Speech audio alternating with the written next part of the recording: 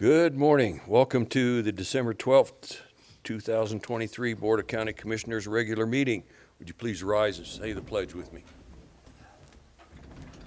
I pledge allegiance to the flag of the United States of America and to the republic for which it stands, one nation, under God, indivisible, with liberty and justice for all.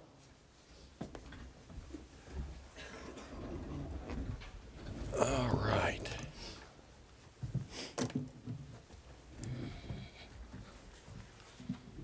Ready for the minutes? Yeah.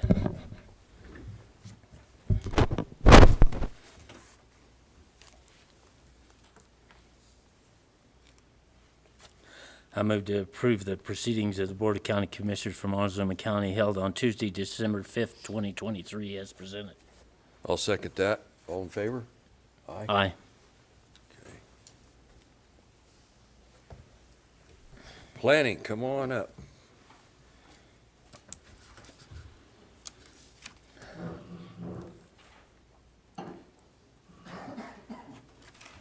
Morning. Morning. You can come up, Ashley.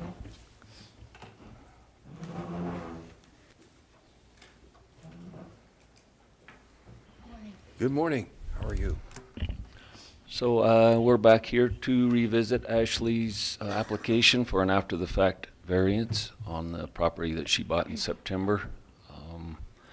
It was continued from a couple weeks ago.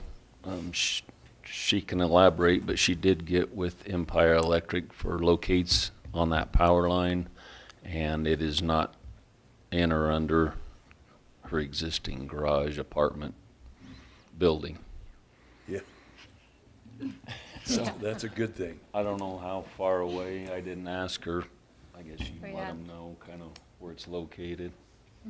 Yeah, they marked it with paint. It's still there. But it runs out more towards the access road to all the properties in the neighborhood. So it's probably a good 10, 15 feet away from the building, towards the property boundary, or right, almost right at it.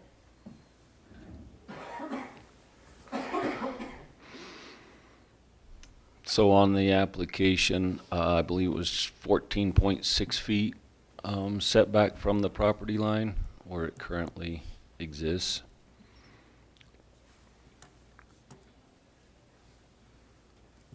I don't have anything. Gerald, do you have anything else?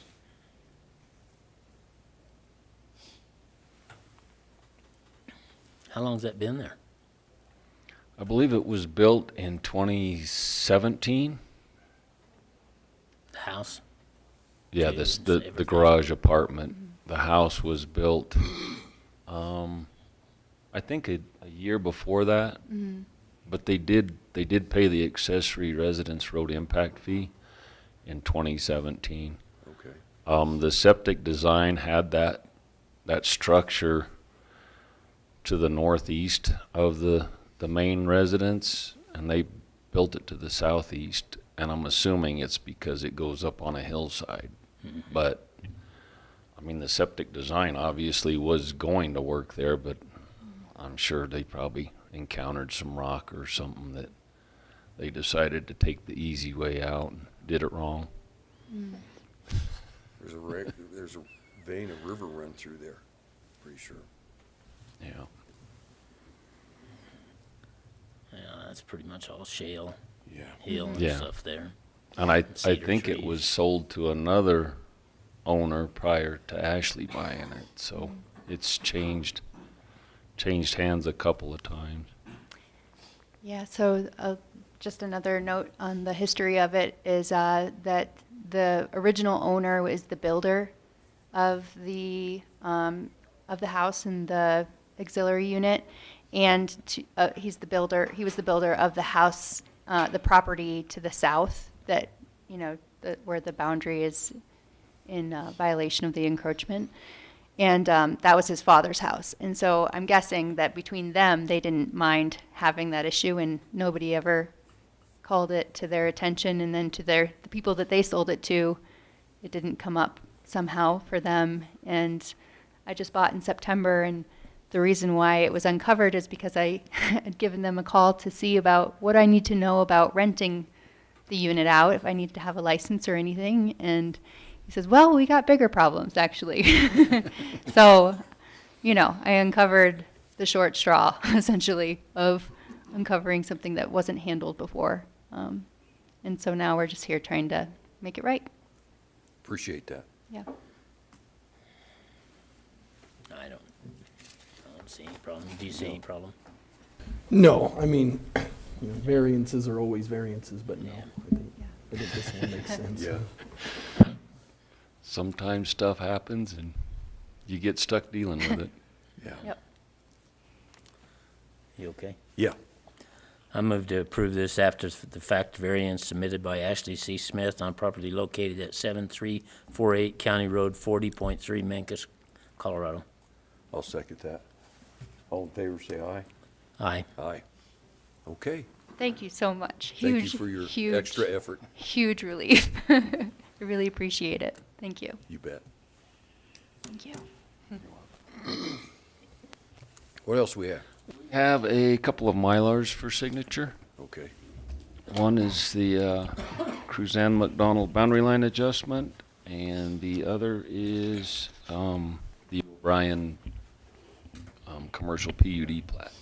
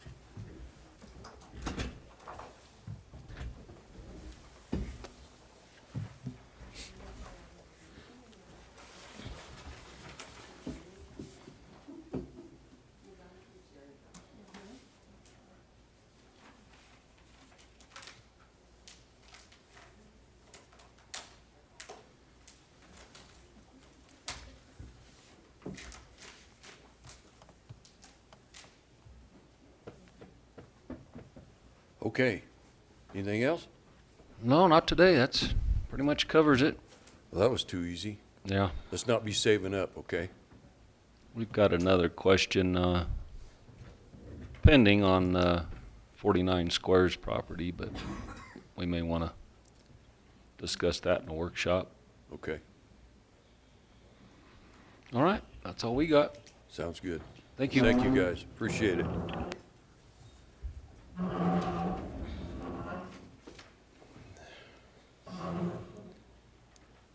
All right. Let's ask this question. Anybody want to comment publicly? Okay, and I got to read the thing. The Board of Montezuma County Commissioners welcomes you to this meeting.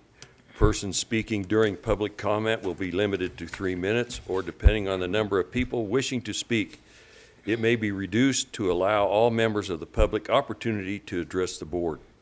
When addressing the board, please state your name and address for the record prior to providing your comments. Comments to individual supervisors or staff are not permitted. Participants may not yield their time to others. Okay.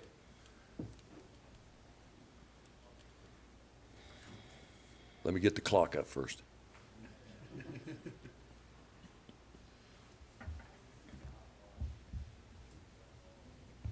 Okay. Good morning. My name is Mike Lynch. I live at 21730 Road S. I got an email recently that had a link to an article that I think would be of interest to the commissioners and the attorney. And I'm going to read parts of that to you this morning on the off chance that you have not heard about this. But this particular subject, I think, is a huge win for liberty in our state, and as well a win for pushing back on oppression by the state. So I'll read parts of it. The title is Supreme Court Overturns Political Subdivision Doctrine, Allowing Adams 14 and Other Colorado School Districts to Challenge State. October 16th, 2023. On Monday, October 16th, the Colorado Supreme Court unanimously abandoned the political subdivision doctrine known as the Rule of Martin. For more than half a century, the Rule of Martin has been used by state departments, state agencies, and the Colorado State Board of Education to escape from lawsuits filed by municipalities, counties, school districts, and other political subdivisions for harm caused by state action. The Rule of Martin has been wielded by the State Board against school districts, with the State Board claiming superiority over local boards of education, but that power ended today. The Supreme Court's decision to abandon the Rule of Martin doctrine now allows any political subdivision, e.g. counties, municipalities, and school districts, to hold the state accountable for its actions, and specifically allows school districts to challenge the state board for statutory or constitutional violations upon a showing of standing. And skipping down, for over 50 years, the political subdivision doctrine has been wielded by state departments and the Colorado State Board of Education to stop counties, municipalities, and school districts from suing for harm caused by state action, said Adams 14 Chief Legal Counsel Joseph Salazar. Today, because of the efforts of Adams 14, the political subdivision doctrine no longer exists. The gravity of this decision means that the state board can no longer lord over school districts with impunity, and state departments can now be sued by local governments for harm caused by state action. Every decision the board makes from here on out that violates a school district's statutory or constitutional right can now be challenged, Salazar said. Thank you. Thank you. Anyone else? Hearing none, we'll proceed. Public lands is 10:30? They'll be here at 10:30. 10:30, okay. Where's the rest of my agenda? There we go. Okay, we'll go back into unfinished business.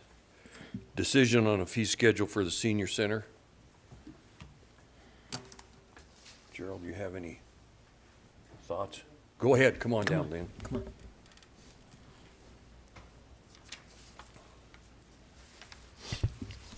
Good morning. Morning. So we discussed yesterday adding a deposit for the kitchen of $100. So if they use the kitchen and the annex, it's $200 deposit. And then we also discussed raising the hourly rate from 25 to 35, and then raising the kitchen from 75 to 150 for the rental. We also discussed if we don't give back the deposit because the floors are dirty or the kitchen is dirty, then we talked about having the cleaners come in, and they're $65 an hour, so it'd probably take them maybe less than an hour to get that done. But and then the kitchen, you know, Eileen comes in and has to get Meals on Wheels, 50 Meals on Wheels out by 10:30, and then she's got to cook for the seniors that come for the congregate meals. And if she has to clean the kitchen before she can use it, then it causes an issue. So so I kind of wanted to see if we could do something for her for that. The only other flip side to that is having the people come back and clean it, which isn't probably going to happen. Right. So, I think, Travis, you've got, Yeah, I totally agree with the increasing the fee schedule. You know, if they're not cleaning up after themselves, then right. we need to increase the fee. But as far as increasing pay, that all has to go through our Right, we have finance to- and personnel. We've got to run that through. it wouldn't technically be a raise in pay. It would just be something out of the deposit that we keep for her to clean it. I Yeah, don't- yeah, we can't, that's all got to go through finance and Oh, and okay. human Well, we resources. can So talk for about instance, that if she later. had to come in and clean, you know, we would say it's an hour, it'd be an additional hour onto her time I card. gotcha. Yeah. Okay. Okay. Okay. So we can talk about that later. So, so did you guys think about the fee schedules then? Yeah, we need motion to, Do you got any problems with it? no, I don't. Okay. I moved to, so what all the ones were we changing? So we're adding a deposit for the kitchen of $100. $100 for the kitchen. Raising the kitchen rental to $150, and then raising the hourly rate from 25 to 35. 35. Okay. I move to approve these increase in fees for the use of the annex as presented. Second. All in favor? Aye. Okay. Okay. And then I think, was there something else? Oh, we just went over that then. Okay. So the grant we talked about yesterday too. The lure grant. And I'm going to probably look into just getting a pool vehicle, like you guys said, for the Meals on Wheels part of it. So we won't have to do that, but the extra person paid for by the grant for kitchen help, and that would help her anyway, so maybe we wouldn't have to, you know. Right, we're going to have Rob look into it a little bit further Correct. and see what's going on before we approve that. Okay, Okay? okay. And I just wanted to say for transit, RICO did not work out, so we stopped the program. Okay. Yeah. And we're just going to charge them. They had paid us the $1,500, but we didn't cash it. We hadn't cashed it yet. So we're just going to bill them for what they used because it was just literally 2 people. I saw that on your Yeah. email. And, Yeah. It was literally 2 people that used it, you know, once a month, or, you know, even if they use it twice a month. Right. So I just Okay. wanted to let you guys know that. Okay. Thank you.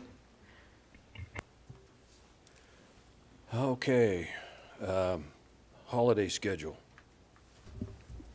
We can just table that, Commissioner. Okay, we'll table that. Do you want to talk about the annex elections? Oh, yeah, the annex election. Sorry about that. That's all right. Why don't we table that for another week too? Okay? Contract services at the assessor's office.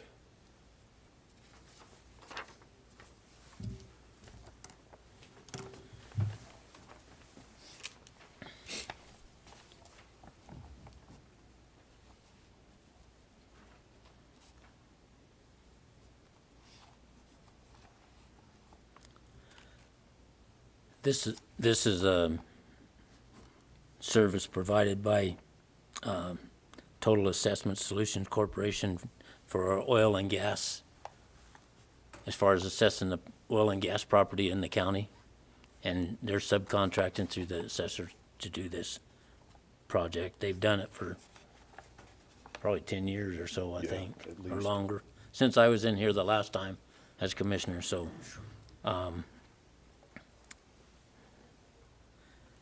I move to approve this agreement between the Montezuma County Assessor's Office and Total Assessment Solutions Corporation. Second.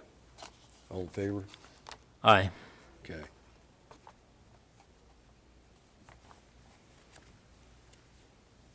You sign it. Yeah, I think so.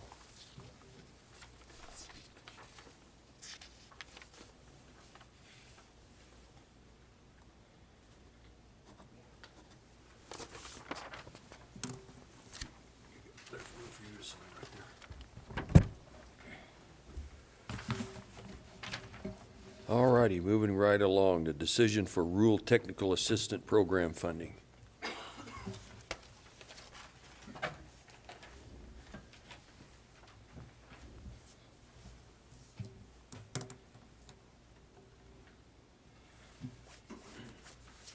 This is for administration.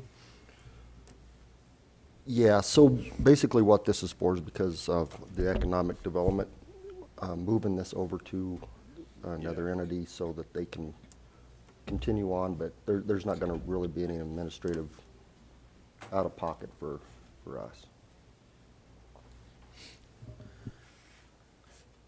You okay with it? Yeah, it's, you bet. I mean, in essence, we're almost serving as a pass-through Pass-through, for this grant. This is a grant for the Rural Technical Assistance Program. We're not administering it, we're not doing anything with it. We're just a pass-through. Yeah, we're past. And as I understand it, the Rural Technical Assistance Program, Travis, what do they do? I'm not sure exactly what RTAP means or what they're doing. I haven't met with Rob on the RTAP, other than they're part of the OEDIT. As I understand it, and I don't work with this group every day, but as I understand it, they provide services in schools to try to get kids involved in some of the technical fields. Okay, kind of like a STEM program? Kind of something like that, yep.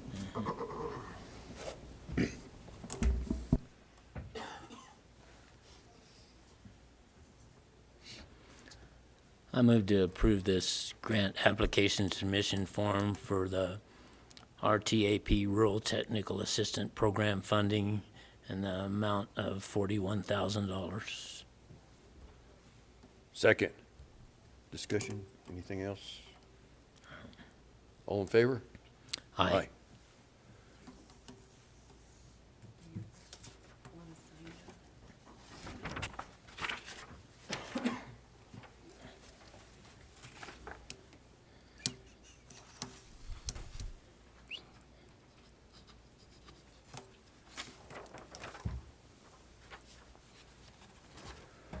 that? Okay, one more. Decision related to the Sheriff's Office Lore Foundation grant application.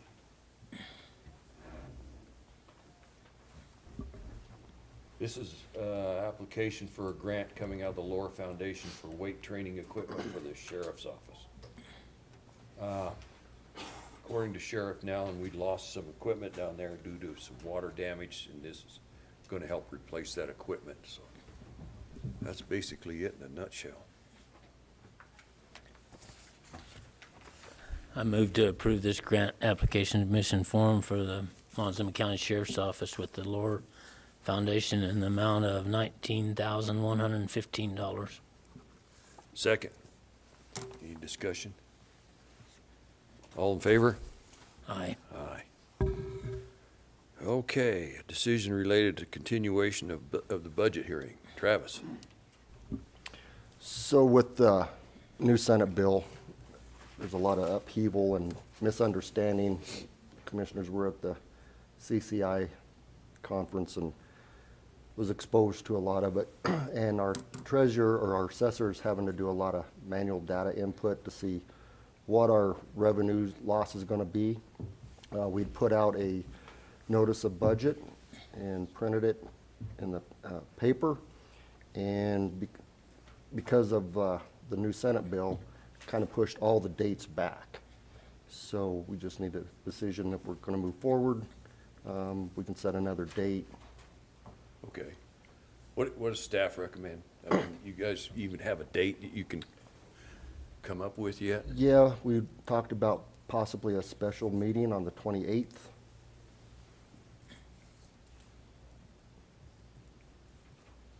December. That'll give us, if there's any changes to the budget, that'll give us a couple of days to make those adjustments, and the budget has to be approved. The only concern I have with the 28th, I mean, we're real close. The Journal publishes every Wednesday. And so I think we should publish with the 2 weeks required notice like we normally would for this budget hearing. I'm not sure that we can get a public notice in tomorrow's paper. And so I guess that may be an issue with the 28th as I look at the calendar. I don't know. Do you guys have insight on that? I mean, I don't know how the Journal works with publishing. I don't. When I talked to DOLA, they're kind of at a loss as well. They said we don't have to republish it, but I think it would be good practice to do that. I absolutely recommend republishing it. Okay. We're sort of in somewhat uncharted territory because this moved dates, but What day did they set as our final date that we could do the budget? So the budget has to be approved by January 10th. So we could, I would suggest looking at I would suggest, I mean, we have a regular meeting on the 2nd, we have a correct? regular meeting on the 2nd, and so we could do it the 28th or the 2nd or any time during that week, but I think the 28th is going to be too soon because we're not going to be able to get published notice. And so, conceivably the 2nd, you could do a special meeting on the 4th. I wouldn't push it beyond, I mean, I wouldn't do it on the 9th. That's the day before this stuff has to be done. Correct. So, So you're thinking the 2nd? the 2nd seems Second would like be- it would be reasonable, and I mean, that would, the only problem, we can't push it past that first week because that's when we're still using 23 budget during the first week of 24. But after that, we can't push it into the second week. I guess the 2nd gets tricky because we can get the notice in the paper for the 20th, but that's right on the 2-week mark, so that would work. Okay, the 28th, Yep. No, the The 2nd. second. the 2nd? 2nd. Okay. Ian, if you get that notice into the paper in the next 2 hours, it can be in tomorrow's paper. They give you till 10:30. I don't know. Just as an option. Let's Yeah. set it for you want to do the 28th rather than the 2nd? I guess it's totally, Yeah, It's it's up really to you your- guys. Yeah, I mean, we could get it in today Okay, and get it published tomorrow for the 28th. that way we'll still be kind of. It's all contingent on getting it published. Yeah, I mean, correct. if it's not published, we're gonna have trouble. So if it's not published, we'd set it for the 2nd, but that'll be in the notice. Okay. The date will be in the notice. We'll check with the paper right now. You guys wanna table this for a second and wait Yeah, until we get news table from the that till paper? Figure this out. We're kind of running out of things to do, so you want to give your report? Well, Until 10:30 for the this public. feels like one of those filibuster situations Yeah. on the Senate floor, and I don't have filibuster material, so I don't have a lot to report this week. Okay. I mean, yeah. Travis? Sir, I don't have a lot to report this week either. Dang. We're going to be sitting around here doing nothing for a while. Gerald, you have anything? this past week, we finished up with the Colorado River Task Force meetings in Denver on the 7th. We had 17 members on that panel, and we had our final meeting and voted on the different projects different recommendations we sent forward to the legislature to see what'll happen with it. If we recognize some of these when it comes out of the legislature, I will be surprised that usually those things get changed around so much it's hardly.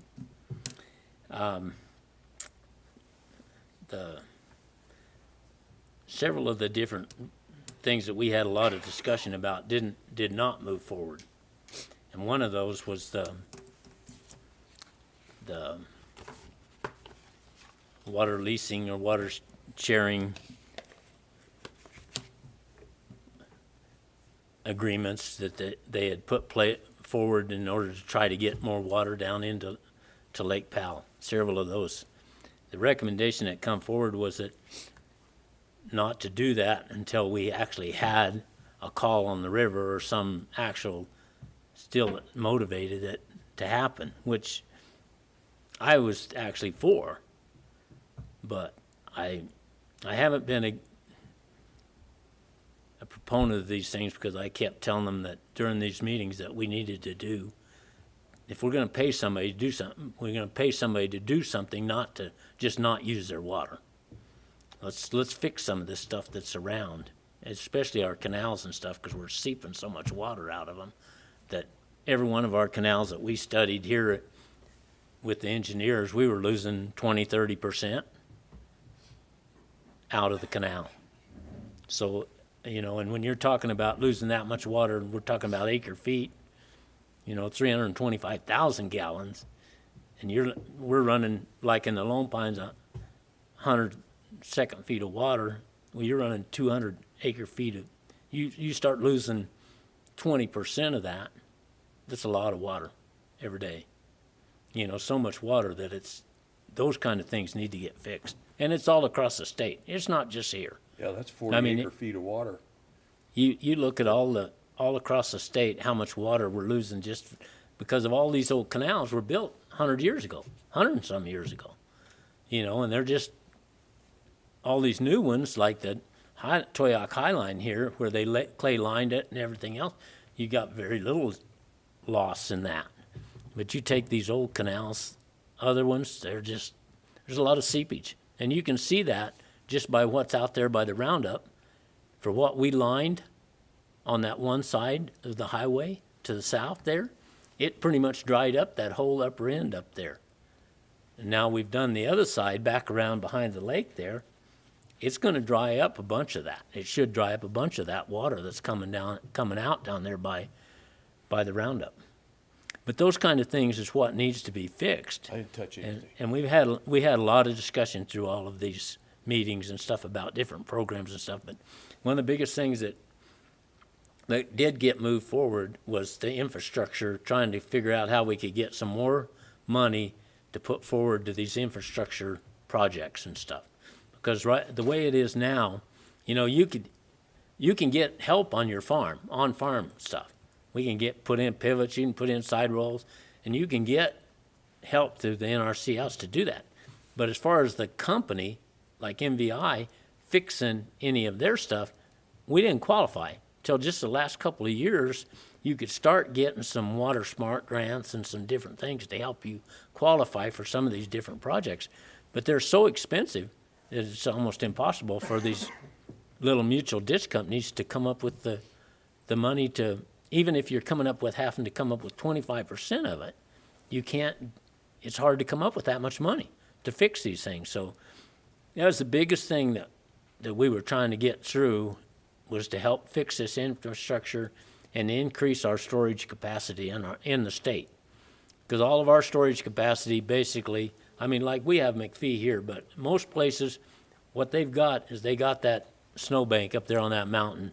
And if it's not there some years, we just don't have any water. We have half a head or less, and it's that way all the way across the state in almost all the places other than those places that are below a reclamation project. So it's really we had a lot of really good discussions about a lot of different projects and stuff, but it's been a struggle to get money for infrastructure stuff for these mutual ditch companies and stuff. And I think that's one of the biggest things that we got moved forward, is that fact that make some of this more money available to get helping these companies fix this infrastructure stuff.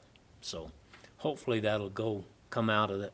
It'll do some good to come out of there and get some more money allocated to that type of project. We'll see.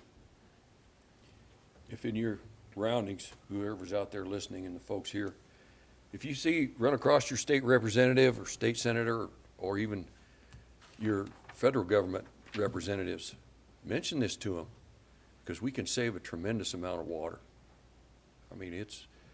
You look at just the one ditch saving 40 acre feet of water.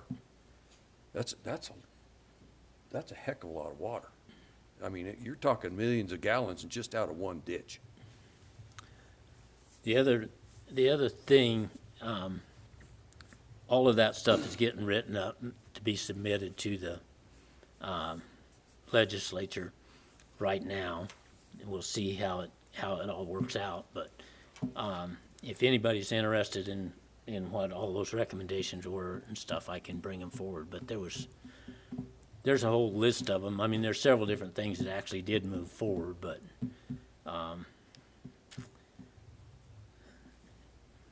there was one of the big things that also came out of that deal that was proposed was because all these coal-fired power plants are closing down.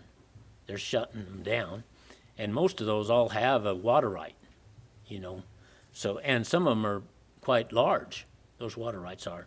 And they were trying to get it protected where they could actually do something with that water for the next, actually from now until 2050, that they could not have to, because Colorado's a use it or lose it state with your water. So if you don't use it for a long period of time, they can actually take it away from you.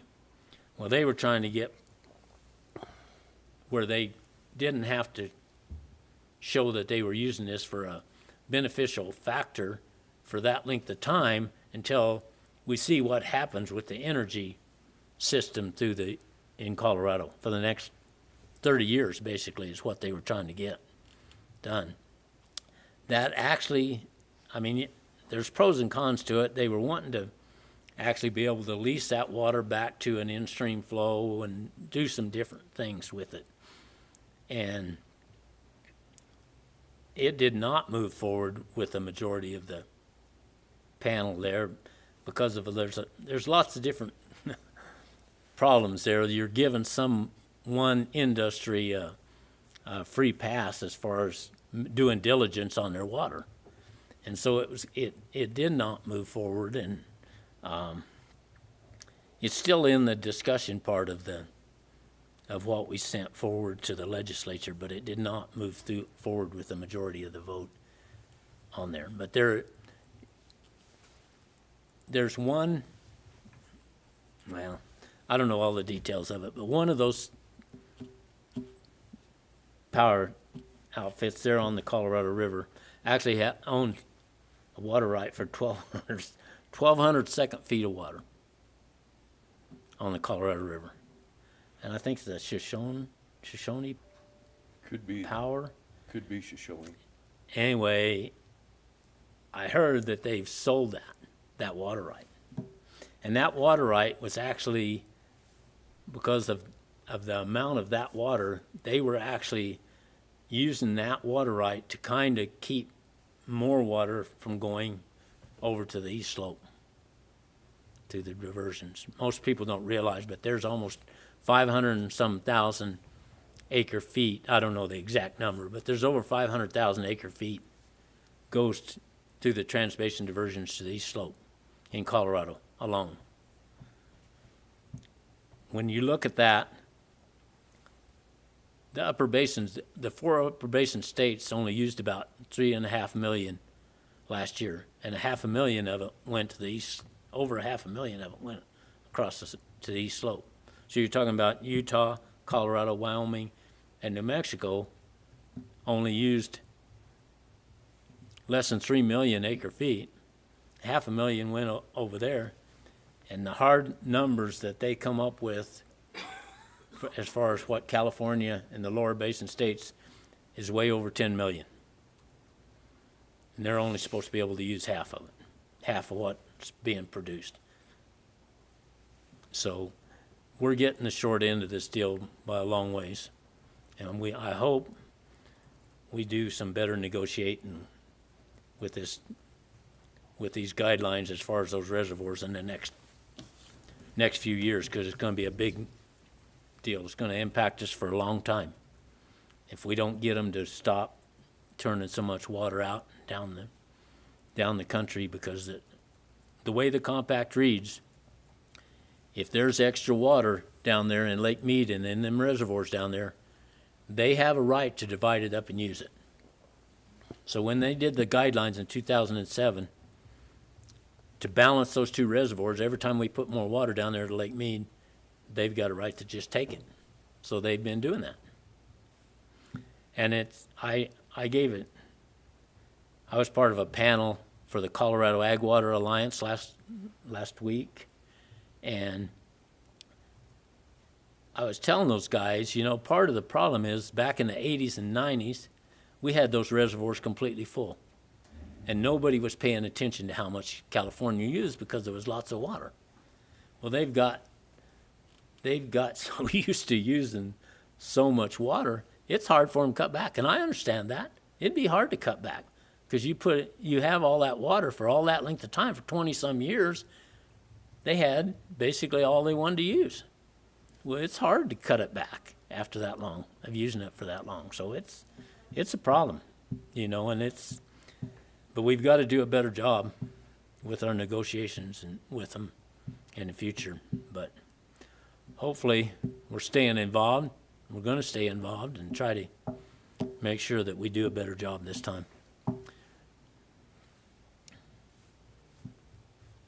Is that it? That's it. I talked long enough. That's more than I've said in 2 months. So. No, but that's stuff that needs to be said, Gerald. I mean, we've Well, been it's just taken advantage of for so long. Yeah.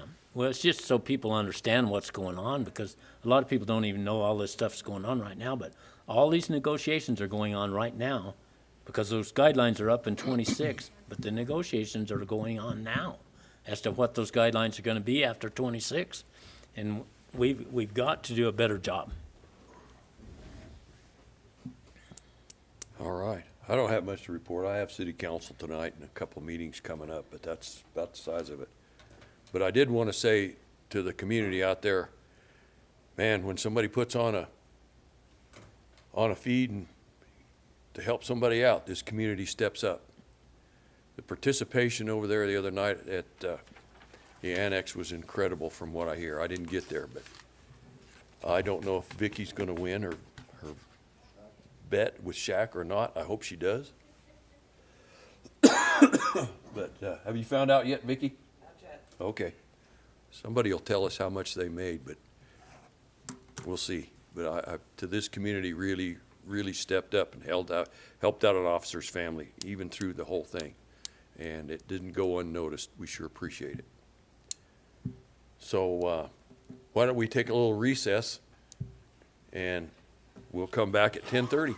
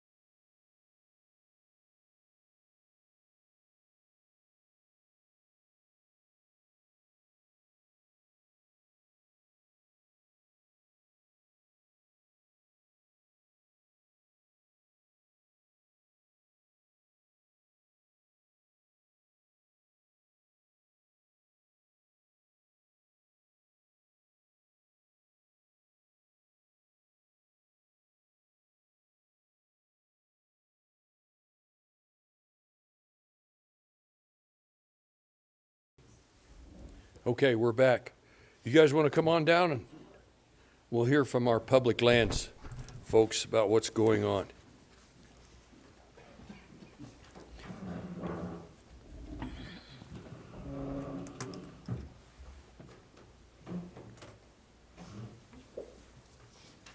Who wants to go first? Mesa Verde. Right.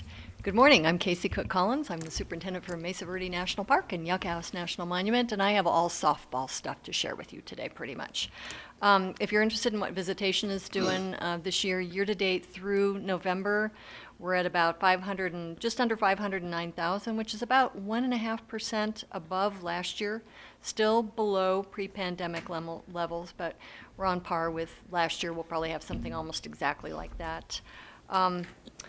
I thought it would be interesting to share with you the economic benefit information that we got back in August for the national park, specifically for Mesa Verde National Park. This is pretty fun. In 2022, visitors spent $58 million in local gateway regions while they were visiting Mesa Verde National Park, so that's a nice number. That supported 762 jobs in our gateway communities and $22 million in labor income. And when you add up both the direct and the indirect benefit or economic impact, that totaled just under $74 million in our gateway communities. So it's just an example of how, our public lands really do create a lot of economic opportunity as well as recreational opportunity for our residents here. We're gearing up for winter. We've had a couple of little blasts of that. And as we had last year, we've had some difficulties in hiring and keeping equipment operators. And we've got some snowplow issues as well. So we already have been closed for one full day at Mesa Verde due to snow, and we had at least one delayed opening. So keep your fingers crossed. We're getting ready to announce snowplow operators, basically equipment operator positions again, because we've had trouble getting enough applicants. And then sometimes when we offer jobs, people say no. And in general, it seems to be cost and availability of housing and the high cost of living in our area. But we're increasing the grades of those equipment operator positions to see if that sweetens the pot. So keep your fingers crossed for us. We're about to borrow a snowplow from Rocky Mountain National Park. I know they've got higher and more mountains, and they've got an extra one that they're going to ship down here for us. And so hopefully that will help us keep the roads open and allow visitation while we've got winter weather.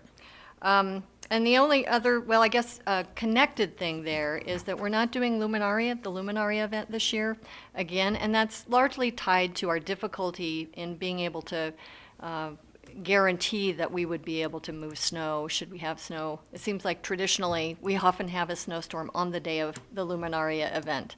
So keep your fingers crossed and don't just think snow operators and snow plows for next season. So we really hope to be able to do that event again, because again, that's something that the local folks here really enjoy, and we often have visitors come all the way from all over the world to attend that when we can do it.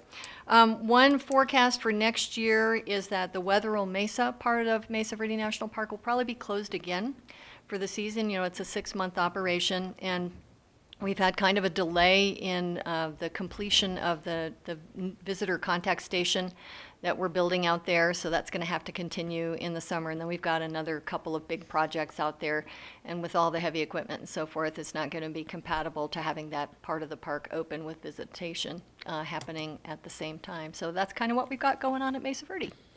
I see somebody posted a picture of some mountain lions in one of your rooms. Yes, yeah. Yeah, we have at Spruce Tree House, Cliff Dwelling, we've got the camera there that it's motion sensed, and we had a mountain lion that's got the collar on that was in that picture. Yeah, the wildlife are out there. They are. Derek. Good morning, Derek Padilla, Tres Field Office Field Manager. I don't have a lot either, pretty easy stuff. So we had a couple of public meetings last week. We had the Gunnison Sage Grouse Resource Management Plan Amendment public meeting over in Dove Creek. James was there for the county. Comments are due on February 6th for that effort there. So if there's any interest from the county, which there probably is on submitting comments, that's the due date. We also had a big game range management, I'm sorry, resource management public meeting over in Durango last Thursday. And that's on the same timeline as the Gunnison Sage Grouse. So comments on that one will be due on February 6th as well. We just recently completed our TAP, Travel Analysis Planning, Resource Management Plan, Maintenance Map. So that's available for the public to take a look at. If you just look at the Terrestrials Field Office Resource Management Plan, and then there's a section down below that says Maintenance. It's the first line item there, where we just updated the map with the route inventory that's been completed over the last few years, so that we have a good baseline to start off with once we kick off travel analysis planning for that effort. That'll be covering Dolores, San Miguel, and Montrose counties. Montezuma County was covered under the TAP 2 effort there.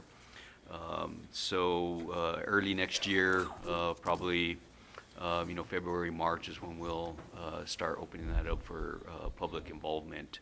But right now we're just gearing up for that. And then lastly, we'll be conducting pile burning over the winter, as the snow comes, take advantage of that to get that completed. The only thing we have planned in Montezuma County is over in the Summit Lake area. We have some piles there for some projects that have been done over the last couple of summers to get rid of that slash. So as the snow levels allow, we'll get those taken care of. And then we also have a lot over in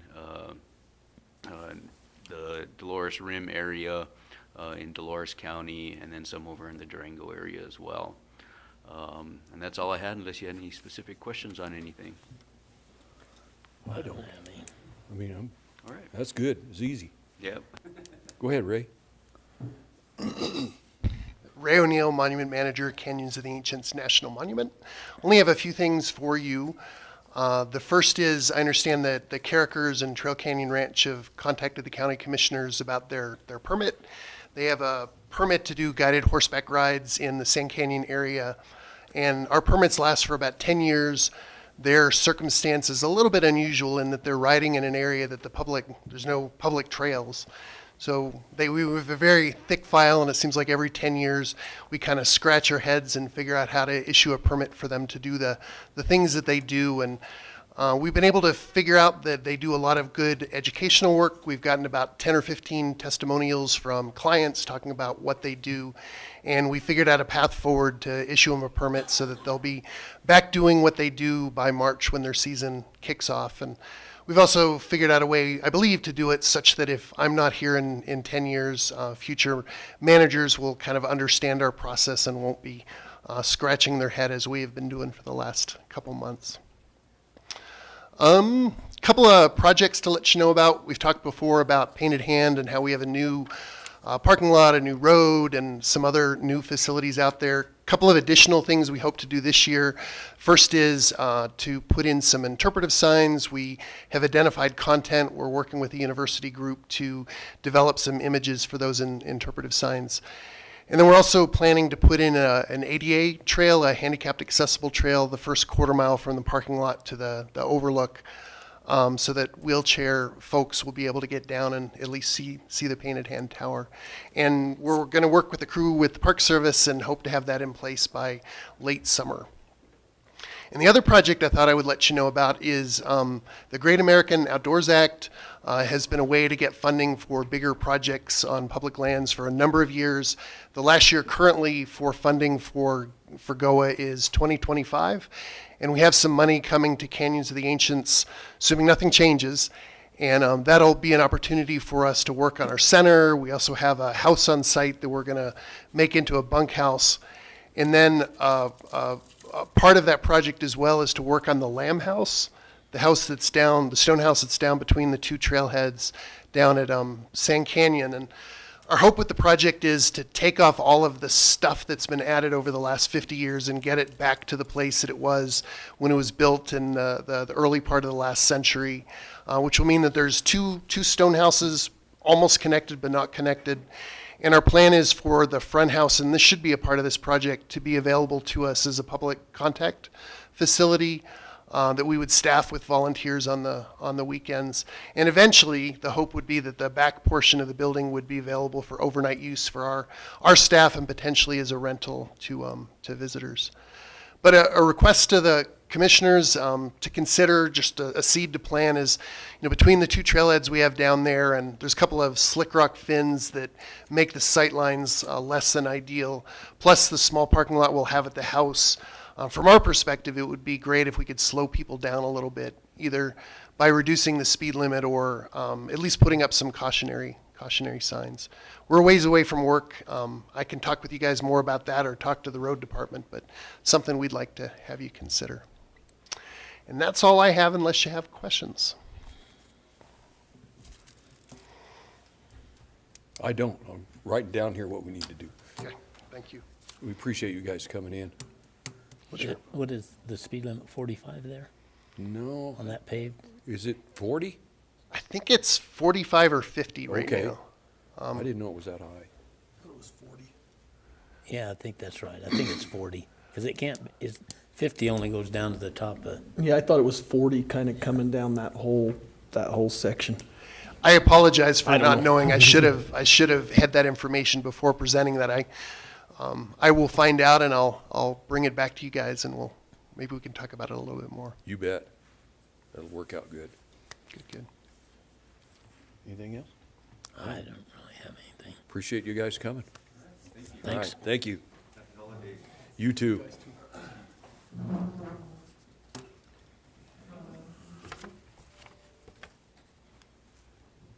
Anything else to come before the board today?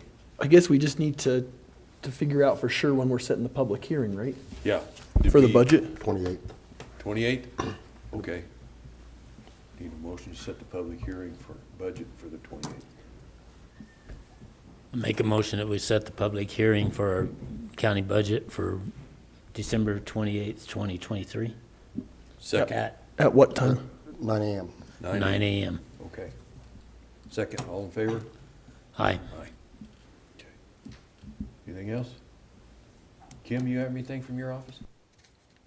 Okay, just checking. I move to adjourn. Second, all in favor? Aye. Aye.